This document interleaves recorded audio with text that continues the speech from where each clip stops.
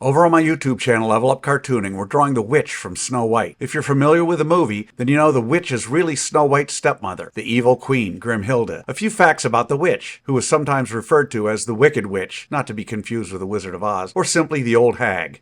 Anyway, did you know that in a deleted subplot, the evil queen was supposed to be in love with the prince? Yes, that prince. As a way to keep the prince to herself instead of him ending up with Snow White, the queen was supposed to capture him and keep him in her dungeon. Disney also dropped what was supposed to be the opening scene, which featured the slow death of Snow White's mom. Good idea, Walt. But that's nothing. In the original story, Sneewittchen, published in 1812 by the brothers Grimm, the evil queen tries to poison Snow White 3 times, and she even eats some of Snow White's organs after she thinks she's been killed, although it's really a pig. In this version, the queen is punished for her misdeeds at Snow White's wedding when the prince orders her to wear a pair of glowing hot iron shoes and is forced to dance in them until she drops dead.